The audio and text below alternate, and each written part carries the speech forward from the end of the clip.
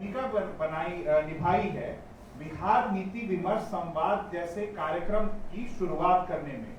उनके प्रयासों से हमें एक समझ बनी कि जो अकादमिक क्षेत्र के जितने हमारे काम करने वाले लोग हैं, किसी न किसी कारण से उनका संवाद, उनका विमर्श राजनीतिक दलों के लोगों के साथ कम हो रहा है या नहीं हो रहा है, जिसकी वजह से राजनीतिक दलों के जो भी पदाधिकारी, जो भी वरिष्ठ नेतागण हैं, कई मामलों में चीजों को उतने बेहतर तरीके से नहीं समझ पाते हैं जितने उन्हें समझने की जरूरत है। क्योंकि आज के वर्तमान परिदृश्य में राजनीति का पैमाना भी काफी बढ़ा और वृहद हो चुका है, और जो बहुत सूक्ष्म बातें होती हैं नीतिगत विमर्श की, वो कई दफा जो आम राजनीतिक जो चेतना है उसकी वजह से और जो उम्मीदें रहती हैं आम लोगों की, वो छूट जाती हैं। तो प्रोफेसर विद्यार्थी जी ने राजनीतिक दलों के, अलग अलग दलों के, चाहे वो किसी भी पार्टी को आप ले लें, चाहे वो भाजपा हो, चाहे वो माले हो, चाहे वो कांग्रेस हो, चाहे वो जदयू हो, चाहे वो राजद हो, अलग अलग दलों के लोगों को अपना एक अकादमिक दृष्टिकोण देते रहे हैं। वो एएन सिन्हा इंस्टीट्यूट में काम करते हैं, और उनके बारे में एक संक्षिप्त विवरण मैं बता दूं, क्योंकि उनके कार्यों का लेखा जोखा संक्षिप्त में यहाँ बता पाना मुश्किल है, मगर फिर भी एक बहुत संक्षिप्त विवरण है विद्यार्थी जी के बारे में जो आपसे इसमें साझा कर रहा हूँ। प्रोफेसर विद्यार्थी का प्रमुख काम जो है कृषि सुधार, भूमि अधिग्रहण, जो जमीन का जो अभी हाल के दिनों में जो सरकार के द्वारा अधिग्रहण किया जा रहा है, उसका जो असर होता है समाज के ऊपर, सोशल इम्पैक्ट असेसमेंट कहते हैं, उसके ऊपर उनका व्यापक काम रहा है। वह भूमिहीनता को लेकर के उन्होंने एक बड़ा विमर्श बिहार में स्थापित किया है। वह अर्थशास्त्र और बिहार के लोक वित्त को लेकर के समय समय पर अपना दृष्टिकोण अलग अलग जर्नलों में और अलग अलग पेपरों में देते रहते हैं। इसके साथ साथ उन्होंने यह भी सुनिश्चित किया है कि बिहार राज्य के अंदर शासन प्रशासन के अंदर जो आम लोगों के खेती किसानी के जमीन अधिग्रहण जैसे जटिल मुद्दे हैं, उनकी समझ बेहतर बने, ताकि सरकार नीतिगत स्तर पर उसकी दिशा में पहल कर सके। डॉक्टर विद्यार्थी ने राष्ट्रीय और अंतर्राष्ट्रीय स्तर पर अनेक सम्मेलनों और सेमिनारों में भाग लिया है, तथा सामयिक आर्थिक मुद्दों पर अनेक व्याख्यान दिए हैं। उन्होंने कई सेमिनार, कार्यशाला और व्याख्यान का आयोजन भी किया है। साथ ही भूमि सुधार के मुद्दों पर बिहार पुलिस और भूमि सुधार अधिकारियों के लिए 40 से अधिक प्रशिक्षण सत्र संचालित किए हैं। 2013 से डॉक्टर विद्यार्थी पटना स्थित एएन सिन्हा समाज अध्ययन संस्थान में अर्थशास्त्र के सहायक प्रोफेसर के रूप में कार्यरत हैं, जहां वे अर्थशास्त्र एवं शोध पद्धति का अध्यापन करते हैं एवं पीएचडी शोधार्थियों का मार्गदर्शन करते हैं। वो उनके अंदर में बहुत सारे पीएचडी के स्टूडेंट्स जो हैं पीएचडी भी कर रहे हैं एएन सिन्हा इंस्टीट्यूट में। तो हम बहुत शुक्रगुजार हैं डॉक्टर विद्यार्थी का कि वो समय समय पर हम लोगों को मार्गदर्शित करते हैं, हमारे एक सहयोगी के तौर पर, एक दृष्टिकोण देने वाले व्यक्ति के तौर पर वो अपना समय निकाल करके हमारे साथ इस तरह के कार्यक्रमों में भाग लेते हैं। तो आपका स्वागत है डॉक्टर विद्यार्थी। मैं चाहूंगा कि आप आए और एक विस्तृत से अपने दृष्टिकोणों को हमारे सामने रखें। शुक्रिया।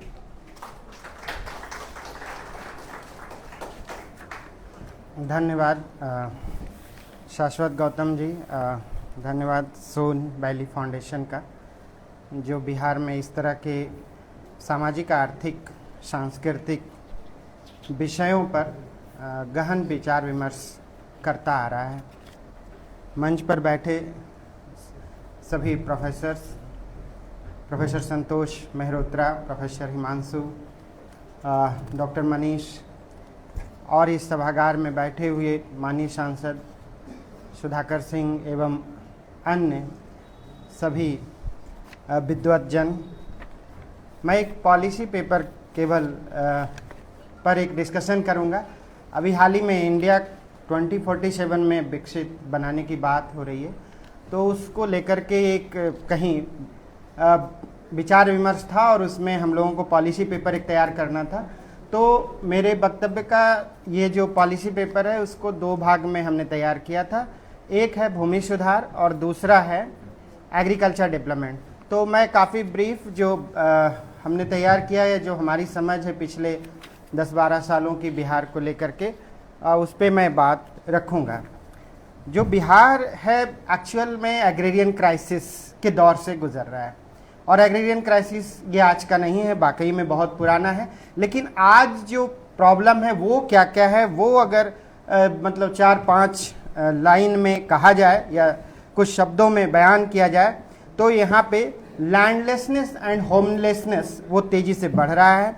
फार्मर्स की लो फार्मर्स इनकम है, हाई इनपुट कॉस्ट है, अनसर्टेन इरिगेशन सिस्टम जो अनसर्टेन है, कभी जो है उन्हें सर्टेन इरिगेशन सिस्टम नहीं मिल रहा है। लोकल कैपिटलिज्म बहुत तेज़ी से बढ़ा क्योंकि एपीएमसी एक्ट को यहाँ एबॉलिश कर दिया गया 2006 में, और यहाँ पे लो हार्वेस्ट प्राइसेस हैं, लो एक्सेस ऑफ एमएसपी है। एमएसपी लो एक्सेस का तो कहना ही नहीं है। मैं 2015-16 में आईसीएसआर का एक प्रोजेक्ट कर रहा था तो हमने पाया कि मुश्किल से जो है 2 से 4% ही लोग अपने एमएसपी पर बेच पाते हैं, बाकी लोग नहीं बेच पाते हैं। इंफ्रास्ट्रक्चर बहुत वीक है। Major chunk of subsidy transfer to intermediaries. आप देखें कि जो यहाँ पे सब्सिडी दी जा रही है वो ज़्यादा जो है इंटरमीडियरीज के पास चला जाता है, किसान के पास पहुँचता ही नहीं है। अभी हाल ही में हमने देखा कि संयुक्त किसान मोर्चा ने कुछ हंगामा किया बेगूसराय में, और वहाँ पे 85 रुपये का कुछ सामान था और उसको जो है 430 रुपया में सब्सिडी में बेचा जा रहा था। और लैंड एविक्शन बिहार में काफ़ी है। पेंडिंग सीलिंग केसेस बहुत ज़्यादा है। सीलिंग केसेस की हाल ये है कि 1970 से 30 उधर और 25 इधर 75 साल से केसेज पेंडिंग है। सवाल है कि ये 75 साल से कैसे नहीं ये क्लियर हो रहा है। लैंड एविक्शन बहुत ज़्यादा है कि जिनको सेटली और अलॉटी होते हैं, जिनको 3 डिसमिल से 5 डिसमिल दे के बसाया जाता है, उन्हें मसल्स पावर के द्वारा एविक्ट कर दिया जाता है। डिस्पोजिशन ऑफ अलॉटी एंड सेटली काफ़ी ज़्यादा है। और कॉम्प्लेक्सिटीज ऑफ लैंड रिफॉर्म्स है, जो एक्ट है उसमें काफ़ी कॉम्प्लेक्सिटीज है। Unupdated data and land records. Unupdated data केवल लैंड रिकॉर्ड्स पे नहीं है, मतलब डेटा का सवाल लें तो वो हर क्षेत्र में है, केवल मैनेजमेंट का सवाल है। और अनअपडेटेड डेटा का मैं एक कहानी भी सुनाऊंगा आगे। Poor ability of data on agriculture issues. Agriculture issues के सारे जो डेटा हैं वो बहुत ऑथेंटिक नहीं हैं, जैसे net sown area, gross sown area, production and productivity, cropping intensity, number of women farmers, input practices, operational holding, operational area. अब इसकी कहानी ये है कि जब मैं एक आईसीएसआर का प्रोजेक्ट कर रहा था 2015-16 के करीब, तो जब मैं गया department of agriculture, statistics and economics में, तो हमने कहा कि भाई नेट जोन एरिया हमें चाहिए और ग्रॉस जोन एरिया का डेटा चाहिए।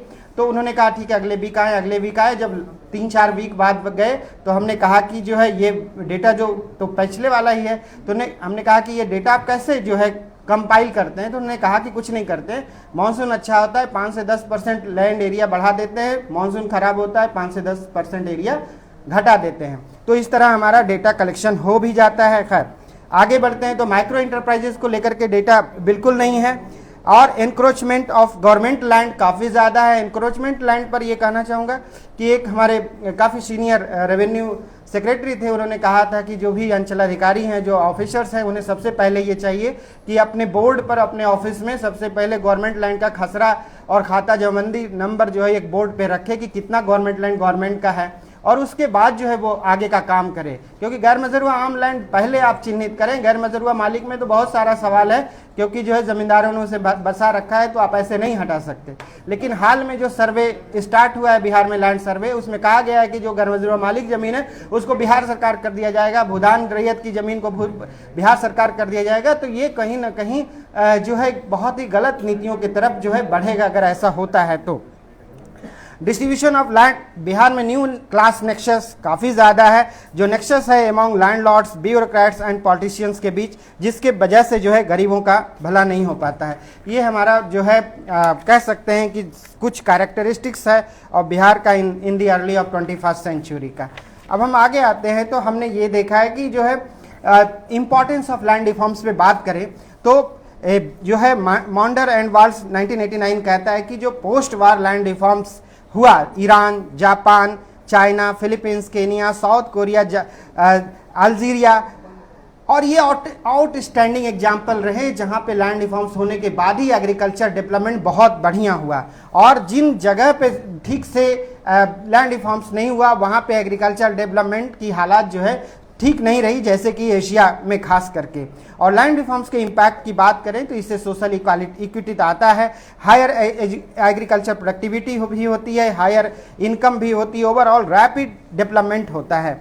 और ये कहीं ना कहीं एक तरह से इसके साथ साथ इक्वलाइजिंग फैक्टर्स की भी ज़रूरत होती है, जिसमें रोड्स भी चाहिए, क्वालिटी एजुकेशन होना चाहिए, क्वालिटी हेल्थ होना चाहिए, इलेक्ट्रिसिटी है, एक्सेस ऑफ डिजिटल प्लेटफॉर्म है, इंडस्ट्रीज है, डिसेंट्रलाइज्ड प्रोसेस है, एंड लॉ एंड ऑर्डर बहुत ही महत्वपूर्ण चीज़ है।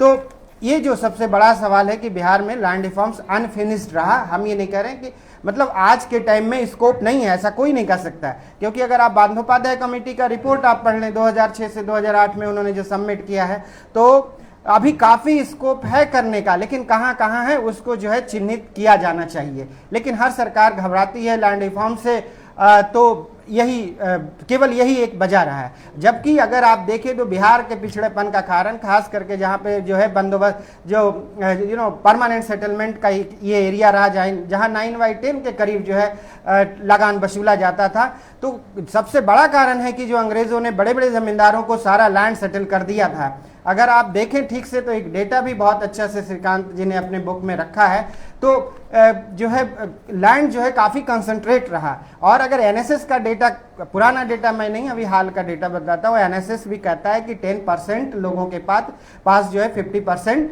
लैंड अभी है बिहार में।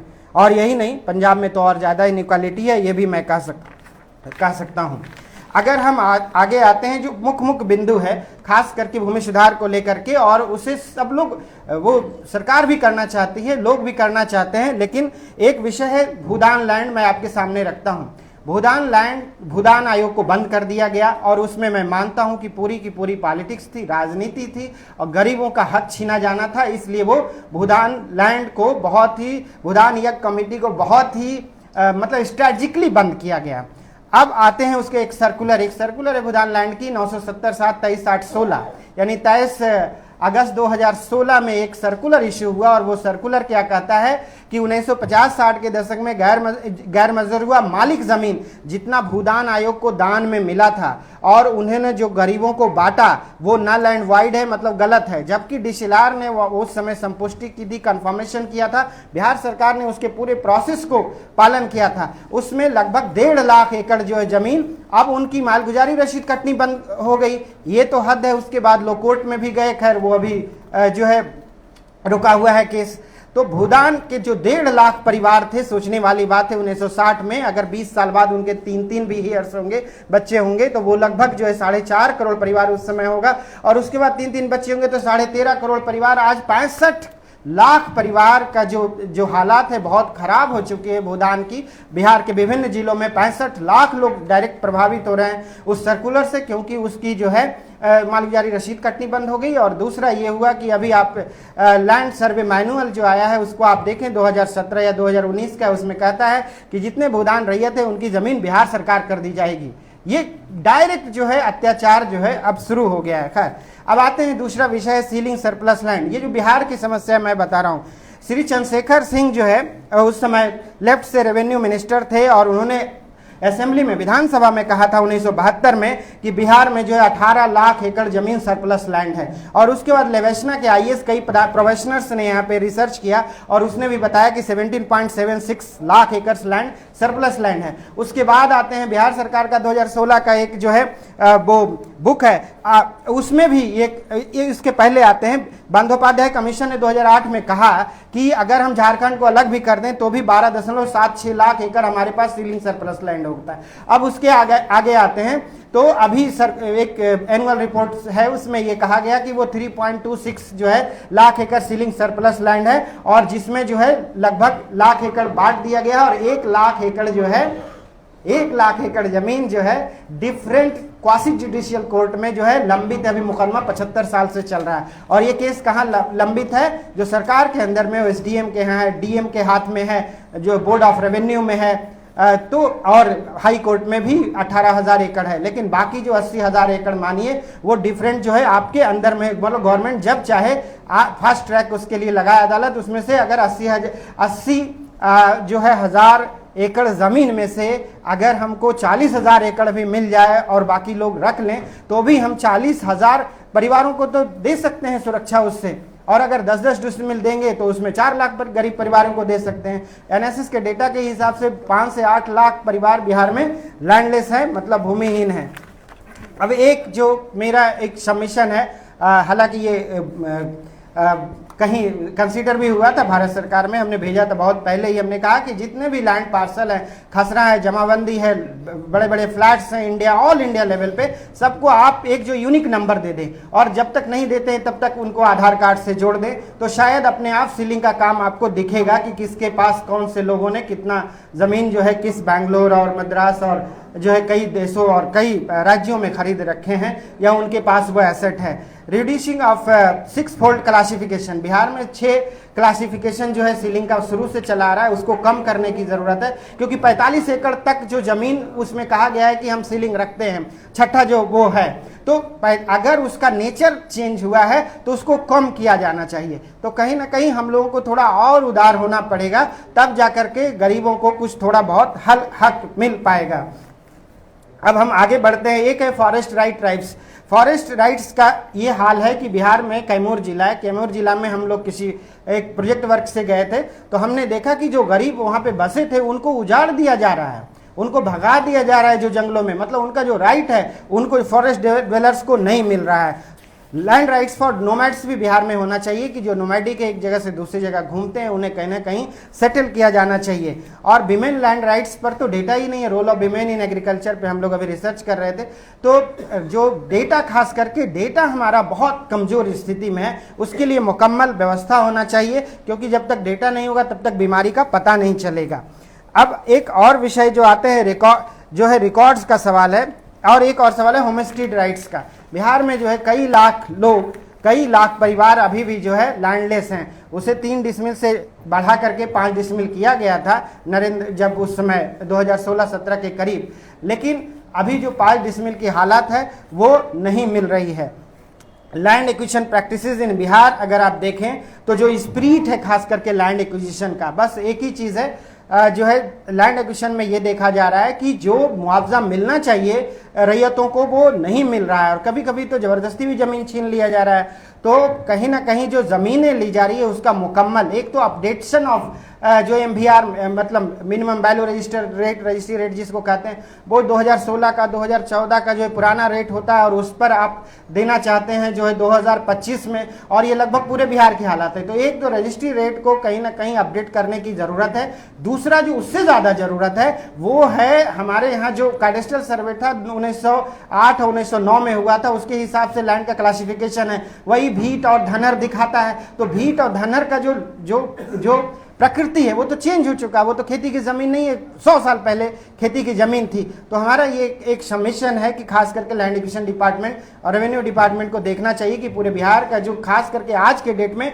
टाइप्स ऑफ जो उसका नेचर है उसके हिसाब से मुआवजा देना चाहिए। बेवजह जो है हाई कोर्ट में केसेस पेंडिंग होता है। तीसरा लैंड एक्विजिशन में ये हमारा सबमिशन है कि खास करके R&R रिहेबिलिटेशन एंड रिसेटलमेंट को लेकर के पॉलिसी बनाए जाने की जरूरत है, जो अभी तक नहीं बना है। 2014 में नियमावली बिहार में बनी, लैंड एक्विजिशन एक्ट 2013 में बना, बिहार सरकार ने नियमावली 2014 में बनाई, हम लोग उस समय नियमावली बनाने के समय थे, लेकिन अभी तक उसके अंदर जो शेड्यूल 2 में R&R है रिहेबिलिटेशन एंड रिसेटलमेंट, उसका ठीक से अभी तक नहीं बना है। उसमें एक और आप लोग जान लें कि जो बिहार में या वो एक्ट कहता है कि कोई भी any person who has been residing in any land area any area for last 3 years they are entitled for occupancy rights. 3 साल से अधिक से अगर कोई व्यक्ति कहीं बसा है और उसके पास भले जमीन के कोई कागजात नहीं है, लैंड ऑनर नहीं है, लेकिन उसे सरकार को कहीं बसाना होगा, रिहेबिलिटेशन एंड रिसेटलमेंट देकर के इंदिरा आवास योजना या कहीं उन्हें बसाने की ज़रूरत है, लेकिन वो नहीं है। तो अब हम लोग आते हैं एग्रीकल्चर वाले पार्ट पर। ये हमारा लैंड रिफॉर्म्स पे सबमिशन था। अब हमारे पास जो वक्त बचा है उसका उपयोग में एग्रीकल्चर के विषय बात करते हैं। अभी आपने देखा कि बिहार में 4 लगभग एग्रीकल्चर रोड मैप जो है बने हैं, और ये चौथा रोड मैप बना है जिसमें जो कहा गया है कि वीकनेस क्या है हमारी इस एग्रीकल्चर रोड मैप। आप देखें चौथा जो 2023-28 के लिए, उसमें कहता है कि फ्रैगमेंटेशन का सवाल है, बिल्कुल सही है। लैक ऑफ स्टोरेज का सवाल है, लैक ऑफ प्रोसेस है हमारे पास, मार्केटिंग जो है मार्केटिंग का इशू है, और ये कहते हैं कि लैक ऑफ मॉडर्न टेक्नोलॉजी हमारे पास प्रॉब्लम है, productivity of agriculture and agriculture allied activities में है, लेकिन ये मानते हैं कि जो पोटेंशियल है बिहार में, जितना प्रोडक्टिविटी होना चाहिए उतना हम हार्वेस्ट नहीं किए हैं। ये मैं भी कहता हूँ कि अभी भी बिहार में जो कृषि में जो क्षमता है उसको 3 से 4 गुना तक बढ़ाया जा सकता है। किसान और बिहार की कृषि में अभी बहुत क्षमताएं हैं, वो पंजाब के एग्रीकल्चर से आगे निकल सकता है, लेकिन उसके लिए बहुत ही स्ट्रैटेजी से काम करने की ज़रूरत है। लेकिन एक जो चिंता हमारी हुई कि ये जो एग्रीकल्चर रोड मैप है उसमें ये उन्होंने ये नहीं बताया कि हमारे पास इंश्योर्ड इरिगेशन नहीं है, यानी इरिगेशन पे आप काम करना नहीं चाहते हैं। और मैं बता दूं, मैं 2016-17 में जब मैं फील्ड में था, किसानों ने कहा सर सिर्फ हमको जो है पानी दे दीजिए इंश्योर्ड ना, फिर देखिए आपको 2 से 3 गुना हम जो है अनाज यही पैदा करके देंगे। लेकिन इस रोड मैप में ये नहीं कहा गया कि ये हमारी वीकनेस है। एक और वीकनेस नहीं बताया गया कि हमारे वेरी सीड, मैं कह रहा हूँ सीड की जो क्वालिटी है और सीड की जो खास करके बिहार में पॉलिटिक्स है वो कहाँ है। तो सीड पर जिस तरीके से रिसर्च होना चाहिए बिहार में नहीं है, और लोगों को सीड जो खास करके सीड के जो है रूप में अनाज ही दे दिया जाता है, और जो है किसान की जो है प्रोडक्टिविटी उतनी नहीं हो पाती है। एमएसपी कहाँ है? एपीएमसी एक्ट के अंदर जो एबॉलिश किया गया, अभी हम लोगों ने पैक्स बनाया, लेकिन पैक्स में जो मिलता है लोगों की उनकी हालात देखिए, और पैक्स के क्या क्या रोल होने चाहिए, वो क्या क्या कर रहा है और क्या नहीं कर रहा है। तो पैक्स की समीक्षा करनी चाहिए और उसे एक जो है रिसर्च करने की ज़रूरत है बिहार में। और यही नहीं, बिहार में जो रिसर्च एंड डेटा का सवाल है कि जो डेटा का कंपाइलेशन है उसके लिए बिंग है हमारे पास, department of economics and statistics, और नीचे कर्मचारी तो वो कर नहीं सकते। यूपी में आप लेखपालों को देखिए, बड़ा अच्छा इतना मोटा मोटा डायरी लिए रहते हैं, क्योंकि मैं यूपी में ही वो रिसर्च किया था, इलाहाबाद से था, तो यूपी के 4 जिलों में तो हमने देखा, वहाँ लेखपाल के पास जाते इतना मोटा, और सबका नाम किसके खेत में क्या बोया है हर साल वो एकदम अपडेट करते हैं। तो इस तरीके से हमारे पास प्रैक्टिस नहीं है, तो हमारे पास डेटा नहीं होगा तो बीमारी का इलाज कैसे होगा। अब हम एक और आते हैं, अब एग्रीकल्चर रोड मैप जो है 12-17 का था, उसमें क्या लिखा था? 12-17 के रोड मैप में था कि वेयर शुड वी गो, हम लोग कहाँ हैं और कहाँ जाना है। 2012 में जब हम लोगों ने कृषि रोड मैप बनाया तो कहा कहाँ है और कहाँ जाना है। तो हम लोग थे 2012 में 55.9 लाख मीट्रिक टन हमारे पास चावल का जो है उत्पादन था, और हमको 2022 में जो जाना था वो एम जो था 126 लाख मीट्रिक टन पे जाना था, एलएमटी में जाना था, लेकिन हम लोग पहुंचे अभी 78 पर। तो इतना हाई जो है वो डेटा दिखाने की ज़रूरत ही नहीं है जब हम लोग नहीं पहुंच पा रहे हैं। तो वीट का हमारा एम था, वीट का एम लगभग पूरा हो रहा है। वीट में था 72 लाख मीट्रिक टन, पहुंचना 66 लाख मीट्रिक टन पर हम लोग पहुंचे हैं। मकई में हमारा 90 लाख मीट्रिक टन पे जाना था, अभी मतलब 48 लाख मीट्रिक टन हमारा है, और उस समय 19 लाख मीट्रिक टन हमारा पैदावार था। पल्स में खास करके पल्स दलहन और तिलहन में हमारी हालत खराब है। दलहन में हमारा प्रोडक्शन उस समय था 5 लाख मीट्रिक टन था, और आज हमारा जो है एक्चुअल में 4 लाख मीट्रिक टन हो गया। तो दालों के साथ हो क्या रहा है? तो दाल की खेती का बहुत बुरा असर है। दाल हम इतना ज़्यादा जब इंपोर्ट करेंगे तो कितना ज़्यादा बिहार का पैसा बाहर जा रहा है। यही नहीं, ऑयल सीड में जो है हमारा जो है ये 1.49 लाख मीट्रिक टन जो प्रोडक्शन था 2012 में, और हमारा एम था 4.5 पर पहुंचना, लेकिन हम लोग 1.49 से नीचे घिसक के 1.39 हो गए। तो ये जो खास करके एग्रीकल्चर रोड मैप और agriculture cabinet and agriculture many things, तो जो कहाँ गया वो सिनर्जी, कहाँ गई? खास करके पल्सेस दलहन और तिलहन में नहीं दिख रही है, जिस पे बहुत ज़्यादा काम करने की ज़रूरत है। यही नहीं, हमारी जो क्रॉपिंग इंटेंसिटी थी 151 था 2012 में, और वो घट के आ गया है 145। तो ये चिंता का सवाल है, क्योंकि जो है हमें ग्रॉस सोन एरिया और बढ़ाना था। इसका मतलब है कि लोग जो पहले से नेट सोन एरिया दूसरी बार खेती नहीं कर पा रहे हैं। इसका अर्थ है कि हमारे पास कहीं ना कहीं जो टेक्नोलॉजी है वो कम होता जा रहा है। इरिगेशन की खास करके सुविधाएं कम हो रही है, या खाद बीज पानी सभी चीज़ों की सुविधाएं कम हो रही है। तो और बिहार में जो क्रॉपिंग पैटर्न है वो चिंताजनक है। 87.9 मतलब 23-24 का जो इकोनॉमिक सर्वे उससे मैं बता रहा हूँ, 88% हम अनाज उपजाते हैं, और 12% में देख लीजिए 6.4% हमारा पल्सेस है, 1.7 ऑयल सीड है, फाइबर 0.9 है, और शुगर केन 3.1 है। अब हम आते हैं, अब जो बेसिक चीज़ें हैं वो तो रख दी गई थी, इसलिए मैं बेसिक चीज़ों पे बात नहीं रखूंगा। जो खास करके इम्पॉर्टेंट खास करके रिकमेंडेशन हम लोगों ने दिया था रिवैम्पिंग एग्रीकल्चर पे, तो उसमें ये है कि खास करके बिहार में जो ज़रूरत है क्वालिटी ऑफ सीड की, फर्टिलाइज़र की, इंश्योर्ड इरिगेशन की और सब्सिडी डायनेमिक्स को समझने की। और ये हम समझते हैं कि सीड, फर्टिलाइजर, इरिगेशन और सब्सिडी को लेकर के एक एक अलग दिन चर्चा होनी चाहिए। इरिगेशन को लेकर के पूरा एक दिन बहस रखा जाना चाहिए, सीड पर एक अलग दिन होना चाहिए और सब्सिडी डायनेमिक्स पर भी एक अलग दिन पूरा का पूरा जो है होना चाहिए। अभी आप देखें कि हाल ही में जो है कृषि विभाग ने क्या किया, वहाँ पे बेगूसराय में 80 रुपये का सल्फर 430 रुपये में खरीदा और 180 का ट्राइकोडर्मा 442 में खरीदा। और संयुक्त किसान मोर्चा ने जब हल्ला बोल किया तो यह जो है वो अपने पुराने रेट पर आया। अब हम एक और जो विषय की तरफ इशारा करते हैं, professor Ranjit Kumar Verma, former vice chancellor and professor of chemistry थे, और उनका मैं एक लेक्चर इसी हॉल में सुन रहा था नीचे।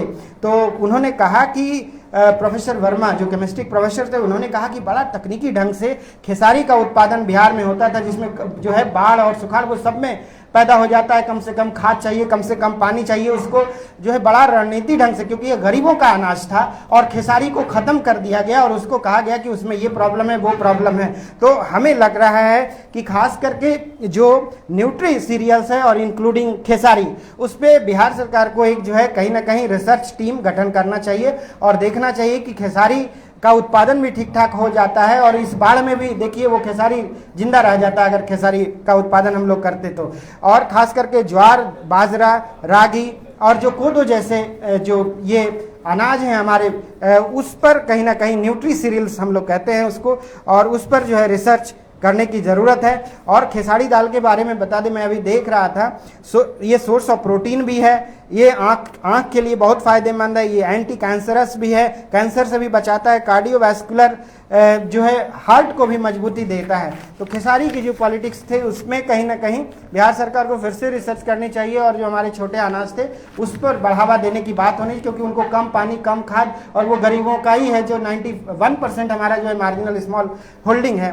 अब आते हैं मिनिमम सपोर्ट प्राइस। आपने देखा कि मिनिमम सपोर्ट प्राइस हमने एक बार कैलकुलेट किया तो हमने ये पाया कि लगभग हर किसान को 300 से 400 रुपए क्विंटल कम दाम मिल रहा था उस समय, और हमने पाया कि लगभग बिहार में 5 से 7 लाख करोड़ रुपए का नुकसान जो है किसानों को हुआ है, बिहार के किसानों को। इरिगेशन सिस्टम पर जो है एक लॉन्ग टर्म रिसर्च स्टडी की ज़रूरत है, ताकि जहाँ जहाँ जो है इरिगेशन का प्रॉब्लम है वहाँ देख करके जो है रिसर्च जो है करना चाहिए और इरिगेशन के लिए एक बड़ी रणनीति की ज़रूरत होगी, तो बिहार का एग्रीकल्चर बहुत आगे बढ़ सकता है। खास करके जो ट्रेडिशनल इरिगेशन चैनल है इसको सर्वे किया जाना चाहिए। नया बहुत सारे टेक्निक आ सकते हैं, लेकिन हमारे पास एग्जिस्टिंग जो है आहर पाइन का जो सिस्टम है उसको डिमार्केट करना चाहिए। हर सीओ को चाहिए कि हमारा आहर पाइन की ज़मीन कहाँ थी उसको डिमार्केट करे और जो है उसको फिर से चैनलाइज करना चाहिए। हालांकि वो काम शुरू हुआ था, लेकिन जिस ढंग और जिस स्पिरिट में होना चाहिए बिहार में आहर नहर पानी का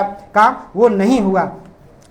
खास करके जो हमारे पास इनफर्टाइल लैंड है, 5000 स्क्वायर किलोमीटर हमारा जो ज़मीन है वो इनफर्टाइल है। उसे फर्टाइल वेस्ट लैंड को जो है हमें जो है खास करके बैरन लैंड, वाटर लॉग्ड जो मार्सी सैलिनिटी हमारा जो लैंड है उसे उपजाऊ बनाने की ज़रूरत है। और क्रॉप डाइवर्सिफिकेशन पे आपने देखा हमारे पास 90% जो ग्रेन वेस्ट है, तो क्रॉप डाइवर्सिफिकेशन के लिए कहीं ना कहीं जो है लोगों को जो है प्रमोट किया जाना चाहिए, उनके लिए सब्सिडी दिया जाना चाहिए। जाहिर है उसके लिए जो है नीति बनाए जाने की ज़रूरत है। मार्केट इन्फॉर्मेशन और मार्केट अवेलेबिलिटी दोनों की कमी है। किशनगंज के ठाकुरगंज में बहुत अच्छा से वो अनानास, केला और कई फ्रूट्स होते हैं और टी बागान भी है, लेकिन उन लोगों को कहना था हमारे पास मार्केट एक्सेस नहीं है, हमको सिलीगुड़ी जाना पड़ता है और वहाँ से फिर और कलकत्ता जाना पड़ता है। तो कहा कि हमारे पास बिहार में जो है कोई इस तरह से ठीक से उद्योग भी हमारे नहीं लगे और हमारा मार्केटिंग बिहार मतलब मार्केट की फैसिलिटी हमारे पास नहीं है। तो जो खास करके डिस्ट्रिक्ट वाइज एक एनालिसिस होना चाहिए, बहुत पहले चड्ढा साहब ने किया था पंजाब वगैरह में, डिस्ट्रिक्ट वाइज जो एग्रीकल्चर का रिसर्च की ज़रूरत है बिहार में और जो इम्पार्शियल रिसर्च की ज़रूरत है। कभी कभी ये होता है, अभी हाल ही में एक evaluation of agriculture flagship scheme, Bihar में एग्रीकल्चर स्कीम बहुत सारे चलते हैं और उसकी जो है इवैल्यूएशन समय समय पर की जाती थी। हम लोगों ने भी 1-2 बार किया और उसमें काफ़ी कुछ समस्याएं देखने को मिली। लेकिन 2022 के दौरान जब हम लोगों को एक ऑफर मिला कि एक इवैल्यूएशन करना है, तो जो भी वहाँ पर पदाधिकारी थे तो हमने कहा कि देख लीजिए, हमने पहले रिपोर्ट दिया था, ऐसे इवैल्यूएशन किया था, तो उन्होंने कहा नहीं वैसे नहीं चाहिए हमें, बस ये बताइए उसमें क्या कमी है, हमारी योजना में ये नहीं बताना है आपको, बस ये बताना है कि इसमें सुधार कैसे होगा। हम कहे जब कमी मैं नहीं बताऊंगा तो फिर सुधार कैसे बताऊंगा, तो फिर उन्होंने हम लोग को प्रोजेक्ट नहीं दिया। तो ये हालात है। और कभी कभी ये भी होता है, हम लोग अपनी कॉपी खुद लिखते हैं, एग्जाम में खुद चेक करते हैं। मतलब हमारे बिहार में ऐसा होता है कि हमारी जो खास करके कई विभाग हैं वो खुद जो स्कीम चलाते हैं, खुद अपने 4-5 लोग जांच लेते हैं और जांच करके फिर खुद ही रिपोर्ट दे देते हैं। तो यहाँ थर्ड पार्टी जो इवैल्यूएशन होना चाहिए उसकी कमी है। और हालांकि एक बार मैंने सर्कुलर देखा था जिसमें कहा गया था कि 1% जो है बजट होता है इवैल्यूएशन और थर्ड पार्टी मॉनिटरिंग के लिए होती है। तो जो ये वन पार्टी जो है एक ही आदमी एग्जामिनर है, एक ही एग्जाम दे रहा है, वो ही आदमी खुद को अवार्ड देगा, तो ऐसे तो एग्रीकल्चर क्या किसी चीज़ का विकास ढंग से नहीं हो पाएगा। और जो हो रहा है वो नेचुरल विकास है, थोड़ा थोड़ा विकास तो होगा ही। अब आगे आते हैं, हम लोग प्राइस स्टेबलाइजेशन फंड भी बिहार को अलग से रखना चाहिए, खास करके एग्रीकल्चर में, जहां पर अगर प्राइस बहुत नीचे जाए तो उसको रोकने की कोशिश होना चाहिए, क्योंकि किसानों को जो इंश्योर्ड कीमत है वो मिलने की जो है बहुत ही ज़्यादा ज़रूरत है। अब आते हैं शुगर मिल्स पे। शुगर मिल्स 2005 में एक बनी थी पॉलिसी और 2006 में भी बनी, अभी कुछ 1 महीना पहले बिहार मतलब सरकार ये कोशिश कर रही है कि हम लोग ये जाने कि खास करके शुगर केन को लेकर के हम लोगों ने पैदावार कितना बढ़ाया, शुगर हमारा कितना बढ़ा। तो वहाँ पे चिंता हमें ये पता चला कि हम लोग जहाँ थे अभी वहीं हैं, हमारे पास 9 के करीब ऑपरेशनल शुगर मिल्स है, 9 या 10, उससे बढ़ नहीं पाए। तो अब ये चिंता का बात है, खास करके कर्नाटका और यूपी महाराष्ट्र को आप देखें तो कितना ज़्यादा उसने ग्रो किया, बट हम जहाँ थे मतलब जितना हमारे पास शुगर मिल्स था उससे भी ज़्यादा नहीं बढ़ पाए। तो क्यों नहीं उसमें इन्वेस्ट हो रहा है? तो कहीं ना कहीं पॉलिसी की रिव्यू चल रही है, तो लेकिन और ढंग से काम करने की ज़रूरत है। लेकिन हाँ, आपको रिसर्च भी बहुत जो है ईमानदारी से कराने की ज़रूरत होगी और बिल्कुल फ्री छोड़ दीजिए आप रिसर्च में। वैसे ही एक श्रावंती पेपर रिसर्च हुई थी, उसकी बात अलग है। लेकिन हम आगे आते हैं। अब जो है खास करके मोकामा टाल एरिया, एक और मैं बात केवल रखना चाहता हूँ कि मोकामा टाल एरिया जो है लगभग 1062 स्क्वायर किलोमीटर में ये फैला हुआ है और ये 6.5 to 17.6 किलोमीटर तक फैला है बिहार में। और ये जो है 7 तालों से बना हुआ है, फतुआ ताल, बख्तियारपुर ताल, बाढ़ ताल, मोड़ ताल, मोकामा ताल, बढ़िया ताल और सिंघौल ताल है ये। और ये 7 तालों में वहाँ के रिप्रेजेंटेटिव थे आनंद मुरारी जी, अच्छे किसान हैं, बहुत प्रोग्रेसिव किसान हैं। वह बता रहे थे कि अगर केवल उस ताल को ठीक ढंग से विकसित किया जाए तो वो दाल का खजाना है और दाल हमारे पास इतना हो सकता है हम पूरे बिहार को दाल खिला देंगे। लेकिन उसके लिए उस समय नीति आयोग से लैंड रिफॉर्म सेल था, प्रोफेसर टी हक आए थे और उस समय कुछ बात दूर तक गई थी। हालांकि ये जो ताल वाला मामला है वो हमने 1972 के भी एक पॉलिसी रिपोर्ट में एग्रीकल्चर डिपार्टमेंट में देखा था और उस समय जो एग्रीकल्चर मिनिस्टर होंगे उन्होंने बहुत ढंग से उसको जो है उसको कंपाइल किया है इन इशूज़ को। तो आई थिंक और बिहार में जो एक और विषय है ट्यूबवेल को लेकर के, हमने ये पाया मतलब उसमें एक कमी जो बड़ी रही। बिहार में शायद अमूमन 10% पब्लिक ट्यूबवेल जो है काम करता है, 90% नहीं काम करता है। वो अखबारों में भी छपी थी, आप देख सकते हैं। और सबसे बड़ी बात हमने ये भी पाया, दरभंगा के बहादुरपुर जो एक ब्लॉक था और उसका एक गाँव मैं भूल रहा हूँ, बट उस गाँव में हमने ये पाया कि जो मजबूत लोग थे उन्होंने क्या किया, पब्लिक ट्यूबवेल को तोड़ दिया, उसको आग लगा दिया, इसलिए कि भाई उनके जो है ट्यूबवेल से पानी ले, पर्सनल ट्यूबवेल से, ताकि उनको किराया आ सके। तो ये थोड़ी बहुत जो हमारा ऑब्जर्वेशन है, इस पे जो है आप लोग आगे विचार विमर्श करें। धन्यवाद।